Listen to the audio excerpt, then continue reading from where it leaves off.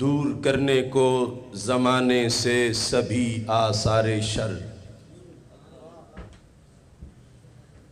دور کرنے کو زمانے سے سبھی آثار شر، آج پھر احمد رضا کی ڈھونڈ ہے شام و سحر۔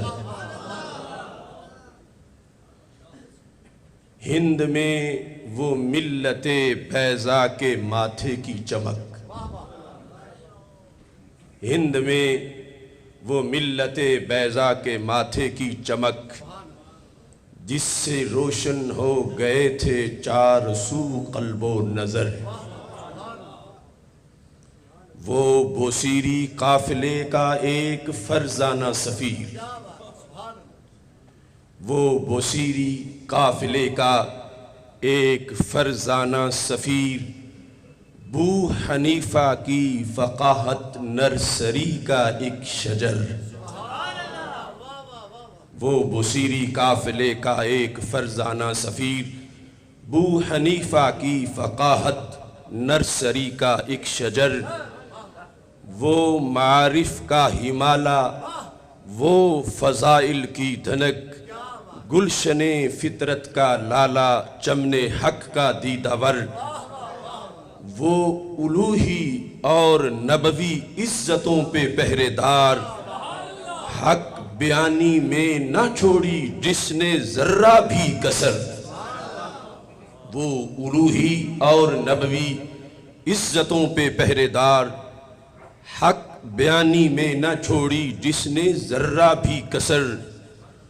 جو کئی ارباب دانش پر رہے اس وقت بند، جو کئی ارباب دانش پر رہے اس وقت بند، حق نے ان پر وا کیے تھے علم و حکمت کے وہ در۔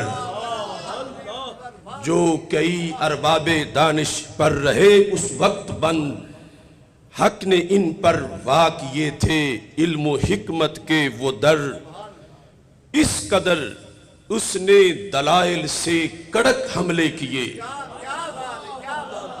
اس قدر اس نے دلائل سے کڑک حملے کیے، ہو گئے باطل کے سارے فلسفے زیر و زبر۔